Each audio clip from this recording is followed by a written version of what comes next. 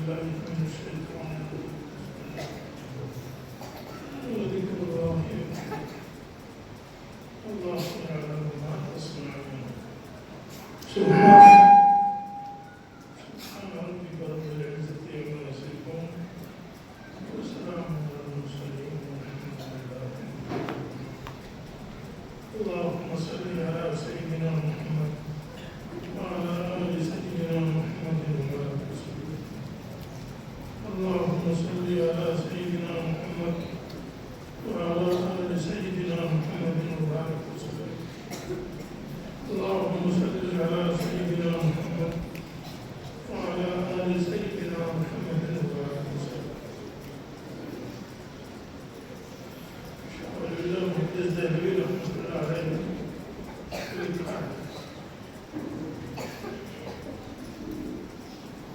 بندے کے اندر دو چیزیں اگر جمع ہو جائیں،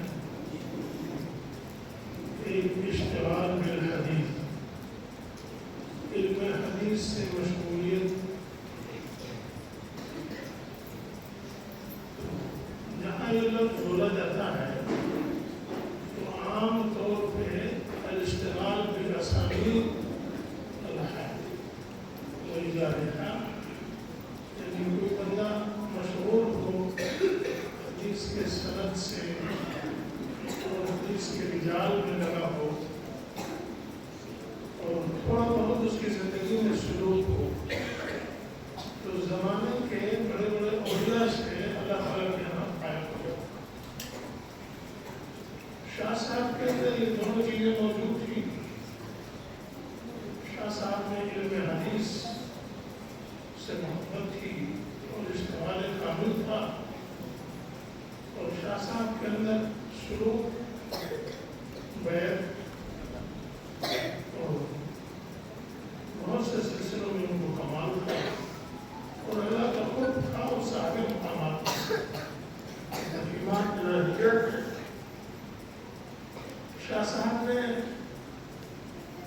کئی جگہ پہ تحریر فرمایا، لوگوں کے سمجھ میں بات کیا کہ میں نے عالم قدس میں جا کر اللہ تعالیٰ سے 3 سوال کیا۔ پہلا سوال یہ تھا کہ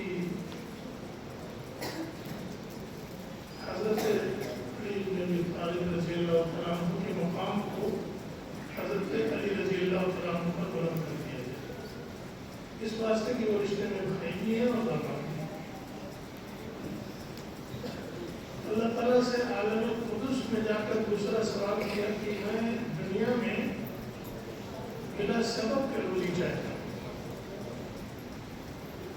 دوسرا سوال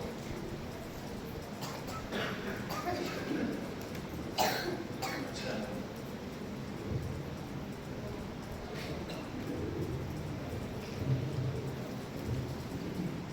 تیسرا سوال عالم قدس میں اللہ تعالیٰ سے شاہ صاحب نے بھی کیا کہ مذاہب میں جو اختلاف ہے تو جن جزیات میں اتفاق ہے کوئی امت کو اس پہ جمع کر دو، اور جہاں جہاں اختلاف ہے تو وقت حاجت کے لیے ان جزیات کو رکھ دو۔ انہیں اللہ تعالیٰ کی طرف سے کیا جواب آیا؟ اللہ تعالیٰ نے اگر مقامات والا بندہ نہ ہو تو کون جواب دیتا ہے؟ اگر مقامات والا بندہ نہ ہو تو کوئی جواب دیتا ہے؟ یہاں پہ رک کر ایک دو واقعہ ذرا میں بتاؤں۔ ایک ہمارے دوست حرم مکی میں کھڑے تھے، ایک آرامی ٹائپ کے آدمی بیت اللہ شریف میں طواف کے بعد اللہ تعالیٰ سے مخاطب تھے، کہہ رہے تھے بول دوبارہ بلائے گا کہ نہیں بلائے گا؟ زور زور کہہ رہے تھے تو ان لوگوں کو یہ لگا کہ یہ گستاخی پہ اترا ہوا اللہ تعالیٰ کی شان میں۔ کہتا بول بلائے گا دوبارہ یہاں بیت اللہ شریف کو کہ نہیں بلائے گا؟ وہ پولیس والے کے پاس گئے، کہا دیکھو گستاخی کر رہا ہے۔ کہا کس سے گستاخی کر رہا ہے؟ کہا اللہ تعالیٰ سے کہہ رہا ہے۔ جانے تو اللہ کا کہا اللہ تعالیٰ سے باتیں کر رہا ہے۔ تو کہتے ہیں کہ ہم کھڑے تھے، وہ گفتگو کر رہا تھا، آواز آئی کہ ہاں بلاؤں گا۔ تو تو کہتے ہیں کہ جب ہم نے کان سے سن لیا کہ آواز آئی تو تھوڑی دیر میں وہ بندہ کھڑا ہو چلا، ہم تلاش کرتے رہے تو نہیں۔ تو ہمارے یہاں علم بالغیب نہیں ہے، علم بالمشاہدہ۔ جب ہم آنکھ سے دیکھ لیتے ہیں کمال کو پھر دوڑتے ہیں۔ جو مقامات والے لوگ ہیں تو اسی وقت وہ چیزیں ظاہر ہوتی ہیں۔ ایک بوڑھی عورت کہیں پہ رہتی تھی، نواب صاحب کے لوگوں کو اس کٹیا کی ضرورت پیش آئی تو لوگوں نے کہا کہ بھائی کٹیا خالی کرو، یہاں پہ توسیع کریں گے۔ بوڑھی عورت نے کہا زمانے سے میں رہتی ہوں، کیسے خالی کروں؟ تو کسی وقت اپنے بچی کے یہاں چلی گئی، تو جب آئی تو دیکھا کہ ہماری کٹیا ختم ہے اور نواب صاحب کا مکان توسیع ہو چکا ہے۔ تو وہ گھبرائی اور بھاگتی رہی، لوگوں سے پوچھتی رہی کہ کہاں گئے میرا مکان؟ تو لوگوں نے کہا کہ اللہ کی بندی تو بھی تو عجیب ہے، تو اپنی بچی کے یہاں چلی گئی، تو یہ نواب کے لوگوں کو موقع مل گیا، وہ ختم کر کے توسیع کر کہا اچھا ایسی بات طاقت کی وجہ سے انہوں نے کیا۔ آسمان کی طرف اس نے نظر اٹھائی،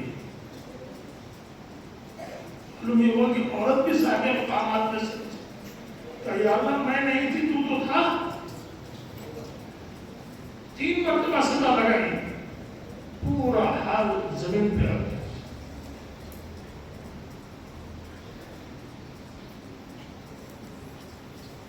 حرم مکی کے اندر سفیان ثوری بیٹھے تھے، تو ایک صاحب بار بار کہتے تھے کہ بھائی خلیفہ نے بھیجا ہے تمہارے سر کو لینے کے لیے، تو ابھی خون کی چھینٹیں ہمارے بدن میں پڑیں گی، تم ذرا دور رکھو نہ بیٹھو۔ تو وہ مشغول بحث تھا، وہ متوجہ نہیں ہو رہا۔ جب زیادہ اصرار کیا تو کہا کیا کہا تم نے؟ کہا کہ خلیفہ نے تمہاری گردن لینے کے لیے بھیجا ہے، خون کی چھینٹیں ہمارے بدن میں پڑیں گی۔ اچھا اٹھاؤ فقیر، ہم نے سب نے بیت اللہ شریف دیکھا ہے، استار کعبہ کو پکڑ کے کہا کہ اللہ جو قدم زمین پہ پڑ چکا ہے اٹھ گیا تو کوئی تعلق ہمارا تھا آدمی نہیں کہہ سکتا ہے۔ مقامات والے لوگ ہیں، اسی لیے کہتے ہیں آدمی کو محنت کرنا چاہیے، ریاضت مجاہدہ کرنا چاہیے، اتنی محنت کرنی چاہیے کہ اللہ تعالیٰ کے یہاں اس کا کوئی مقام ہو۔ بلا مقام والے جی مہینے میں 1 دن تہجد پڑھ لی، مہینے میں 1 دن تلاوت کر لی، تو اس سے کوئی مقام نہیں ہوگا۔ 1 دن گناہوں سے بچ گیا نہیں، کوئی اللہ تعالیٰ پاک ہے، مقام اسے ملتا ہے جو بندہ پاک۔ اور ہماری نظر ناپاک ہے، گھر میں بیٹھتے ہیں تو پردے ہی نہیں، شریف پردہ ہے، سڑک پہ چلتے ہیں تو پردے کا نام نشان، موبائل سامنے ہوتا ہے، ساری چیزیں جائز۔ دنیا کے ہر ایک کو چیلنج ہے کہ کون اس فتنے سے ساری کو نکالے گا، کسی کے پاس جواب۔ یہ ذکر والے، تلقین والے، اللہ کا کرانے والے یہ قبول کرتے ہیں کہ آؤ اس فتنے سے ہم بچاتے ہیں، محنت کراتے ہیں، یہاں تک کہ سالک کا دل اللہ اللہ کرتا ہے، ہڈی اللہ اللہ کرتی ہے، یہ خون اللہ اللہ کرتا ہے، پورا وجود ذاکر ہو جاتا ہے۔ اس سے پوچھو کس چیز کی تمنا ہے تو کہتا ہے کہ اللہ کے رضا کی تمنا۔ پوری زندگی میں کس چیز کی ملاقات کا شوق ہے؟ اللہ کی ملاقات کا شوق۔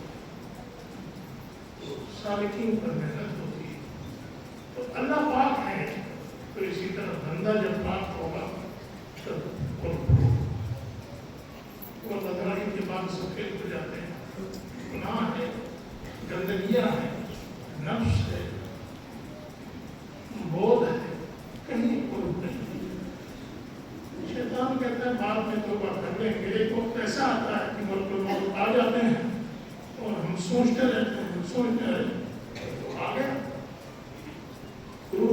ہو رہی ہے، کچھ ہم نے نہیں کیا، توبہ بھی نہیں کیا، گناہوں سے الگ بھی نہ ہوئی، آنکھیں پاک نہیں ہوئی، زبان پاک نہ ہوئی، پورے وجود میں سب کچھ بھرا ہے، اب کیا بنے گا؟ اس لیے کہتے ہیں کہ زیادہ امانت نہ دے، فوراً توبہ کر، کل توبہ نہیں کرنا، اسی وقت توبہ کر، کہ اللہ میری نظر کی توبہ ہے، کہ اللہ میری زبان کی توبہ ہے، میری آنکھ کی توبہ ہے، کان کی توبہ ہے، میرے وجود کی توبہ ہے، کہ گناہ کیسے مجھ سے ثابت، یہ نعمت ہے اللہ تعالیٰ کی، گناہوں سے الگ ہونا اللہ تعالیٰ کی بہت بڑی نعمت ہے۔ چائے پی کر یہ نعمت نہیں ملتی، کچھ تھوڑا بہت کرنا پڑتا ہے، اسی لیے کہتے ہیں یہ ترغیب جو مشائخ لے کے آتے ہیں، ہر وہ انسان کن طرق سے اللہ کے ولی میں جاتے ہیں، اپنے قبروں میں جنت کے نظارے دیکھتے ہیں، اللہ تعالیٰ ہم سب کو صلح کے ساتھ محشور فرمائے، تقیہ کے ساتھ محشور فرمائے، ہمارے دلوں میں اللہ تعالیٰ اپنی محبت کا، بے شک ہم کمزور ہیں لیکن اللہ تعالیٰ کا حکم ہے۔ ایک آدمی گناہ میں پریشان تھا، گرتا تھا، پڑتا تھا، ملوث ہونے جا رہا تھا، اس نے آسمان کی طرف دیکھ کے کہا یا اللہ میں کمزور ہوں، میری مدد کرنا، میرے اندر کچھ ہمت نہیں کہ میں اس گناہ سے مقابلہ کی طاقت رکھوں، اللہ تعالیٰ کی مدد اسی وقت حاصل۔ معلوم یہ ہوا کہ اللہ کا کوئی وزیر نہیں، اللہ کا کوئی مشیر نہیں، اللہ تعالیٰ گنہگار کی بات لے پکار کی بات سے دگنا سنتا ہے۔ احادیث اگرچہ ضعیف ہیں لیکن اس موقع پر بیان کر دی جاتی، میں بھی بیان کر رہا ہوں۔ اس لیے ساری کو اس راستے پر محنت سے چلنا چاہیے، وہ چیزیں جس سے دل گندا ہوتا ہے بچنا چاہیے، برے لوگوں کے پاس بیٹھنے سے دل گندا ہو جاتا ہے، ناجنس کے پاس بیٹھنے سے نظر خراب ہو جاتی ہے، گندی گفتگو سے دل خراب ہو جاتا ہے۔ اس لیے کہتے ہیں تقیہ کے ساتھ بیٹھا کرو، تقیہ کے ساتھ محبت کیا کرو، تہجد گزار بنا کرو۔ تہجد کے فضائل مناقب پر کئی علماء نے کتابیں لکھی ہیں، آخرت میں تو ملے گی، سب کچھ ملے گا، لیکن جو تہجد گزار ہوتا ہے بڑی بڑی بلائیں، مصیبتیں، پریشانیاں، بیماریاں، نہ حل ہونے والے حالات سب ایسا ایسا نکل بتایا۔ ایک مجذوب تھے، ان کا نام عبداللہ، رات میں 2 بجے ان کو ہوش آتا ہے، بجازید کو، وہ جا رہے تھے، ایک صاحب ملے، کہنے کہ میرا سب کچھ رک گیا ہے، سب ختم ہو گیا، کیا کروں بابا؟ کہنے تہجد پڑھا کرو۔ وہ کہتے ہیں 20 سال ہو گئے تہجد قضا نہیں، اور میری ساری پراپرٹی ایک دن کوئی نہیں لے سکا ہے، اور جو غیر دشمن تھے اکثر کوئی منہ سے خون پھینک کے مارتا ہے کہ کنویں میں کود رہا ہے، اور اللہ تعالیٰ نے ہم کو باقی بچایا۔ بڑی برکات، نصر من اللہ وفتح قریب۔ اس لیے مولانا ابو الحسن علی ندوی رحمۃ اللہ علیہ کے راجستھان میں گئے ایک مرتبہ، ایک گھر کے پاس کھڑے ہو کر کہا کہ اس گھر میں 7 لوگ رہتے تھے، اور تہجد کے وقت اس گھر میں جماعت کے ساتھ تہجد کی نماز کا اہتمام ہوتا ہے۔ آدمی بڑا ہو اور تہجد نہ پڑھے تو شعار بڑا اڑ جاتا ہے۔ تو میں چاہتا ہوں کہ اس گھر میں میں تھوڑی دیر کے لیے بیٹھ جاؤں، قصبے فیض کر لوں، لوگوں کو معلوم ہوا خوش ہو گئے، لوگ حضرت اندر جائیں بیٹھے، جہاں نیکی ہوتی ہے در و دیوار میں نور آ جاتا ہے، صدیوں رہتا ہے، بینا لوگ اپنی آنکھوں سے دیکھ لیتے ہیں، اللہ تعالیٰ ان کو صلاحیت دیتے ہیں کہ ان انوار سے تخت فیض کریں۔ دوسرے گھر میں گئے، کہا یہ فلاں بزرگ رہتے تھے، کہ یہ یہ سنی سے کہہ دو گھر خالی کرتے میں اس میں بیٹھ گیا ہوں. تو صلح اپنی جن مقامات پہ رہتے ہیں جگہ ذاتی بن جاتی ہے. اللہ نہ کرے پہلے غزل مشاہد دیکھ کے سمجھتے ہیں تو وہی اہل القلوب بڑے لوگ ہوتے ہیں. ہم سب کو اہل القلوب میں اس ملک کو فتح کیا اہل القلوب نے. اس ملک کو فتح کیا اہل القلوب نے. ہم تو اہل اللسان ہیں. تقلید سے پورا فائدہ نہیں ہوتا. جب تک دل پر محنت نہ ہو, دل روشن نہ ہو, تو سامنے والوں کا دل کیسے روشن ہو. اس لیے تہجد کی نماز کا اہتمام کریں گے. اشراق میں بھی نور ہوتا ہے, چاشت میں بھی نور ہے, اور امین کا نور ہے, اور قرآن پاک کی تلاوت کا نور ہے. عجب نور ہے. وقت مختصر ہے. میں بتا دیتا کہ قرآن پاک کی تلاوت کرنے والا آدمی صرف نیت کر لے, تلاوت کرتا جائے, دل سینے سے بھرتا جائے, آنکھیں سینے نور سے بھرتی جائے. اللہ کا کلام ہے, ابھی نور ہے. نمازوں میں نور ہے, تلاوت میں نور ہے, ذکر اذکار میں نور ہے. آدمی اذکار اور رات کا اہتمام کرتا ہے تو اندر نور سے بھر جاتا ہے. بیماریاں جو عام طور پہ لوگوں کو ہوتی ہیں وہ اس سے ختم ہونے لگتی ہیں, پریشانیاں دور ہونے لگتی ہیں. ایسا آدمی کسی کے گھر میں بیٹھ جائے تو صرف بیٹھنے کی وجہ سے بلائیں مصیبتیں ختم ہونے لگتی ہیں. اس لیے عزم مسلم کریں کہ ہم انشاءاللہ نیک بنیں گے. رات میں ہماری صبح تہجد کے وقت ہوگی. ہماری صبح کب ہوگی؟ 8 بجے نہیں, کئے بجے؟ 4 بجے ہوگی. تہجد پڑھو, فجر کی نماز پڑھو, آرام کرو. قرآن پاک کی تلاوت ہے, ذکر اذکار ہے, اس کا اہتمام ہونا چاہیے. جس گھر میں رہو گے بلائیں ختم ہونے لگیں گی, اللہ کی رحمت آئے گی, پورا محلہ متاثر ہوگا. اور دیکھو بھائی, اس موبائل نے بڑے بڑے لوگوں کو ختم کر دیا. اس لیے موبائل کے فتنے سے دور ہو. اللہ تعالیٰ سے دعا کرو کہ یہ فتنہ ہے, عجب فتنہ ہے. پہلے زمانے میں ہم لوگ دیکھتے تھے کہ سینما ہے تو تیزی سے داخل پڑھ کے بھاگتے تھے. آج ہمارے جیبوں میں 2 موبائل, 3 موبائل, اور ایک موبائل میں 50 سینما. مسجد میں بیٹھ کے گندگیاں سینے میں جمع ہے. اللہ ہم سب کی حفاظت کرنا, ہمارے قوم کی حفاظت کرنا, ہمارے بڑوں کی حفاظت کرنا, چھوٹوں کی حفاظت. اور دیکھو بھائی, یہ علم حدیث نور. علم حدیث کیا ہے؟ نور ہے. ہر ایک کو تمنا ہوتی ہے کہ میری بچی ڈاکٹر ہو جائے, کوئی کہتا ہے انجینئر ہو جائے. تو میں کبھی کبھی دعا کرو کہ میری اولاد محدث ہو جائے. برہانپور میں یا کہیں بخارا میں مجھے یاد نہیں پڑتا, ایک قبرستان تھی, انہوں نے کہا کوئی غیر محدث اس میں دفن نہیں ہو. کوئی غیر محدث اس میں دفن نہیں ہو. تمہارا یہ ہوا کہ محدث کے مقام تو بلند ہوتے ہی. دعا بھی کرنا چاہیے, اللہ ہمارے خاندان میں محدثین پیدا ہوتے ہیں, اور ایسے محدثین جو فقہ کے جانے اللہ قادر ہے.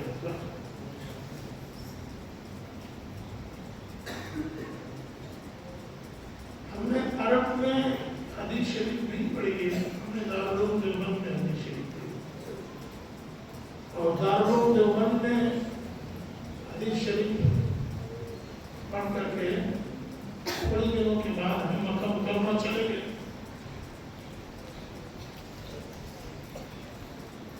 آج ہم آپ کے سامنے بیٹھے ہوئے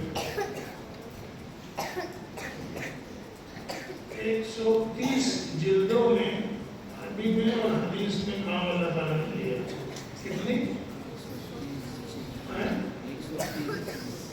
130 جلدوں. اب ذرا پوچھ بھی لینا چاہیے کیسے شروعات ہوئی.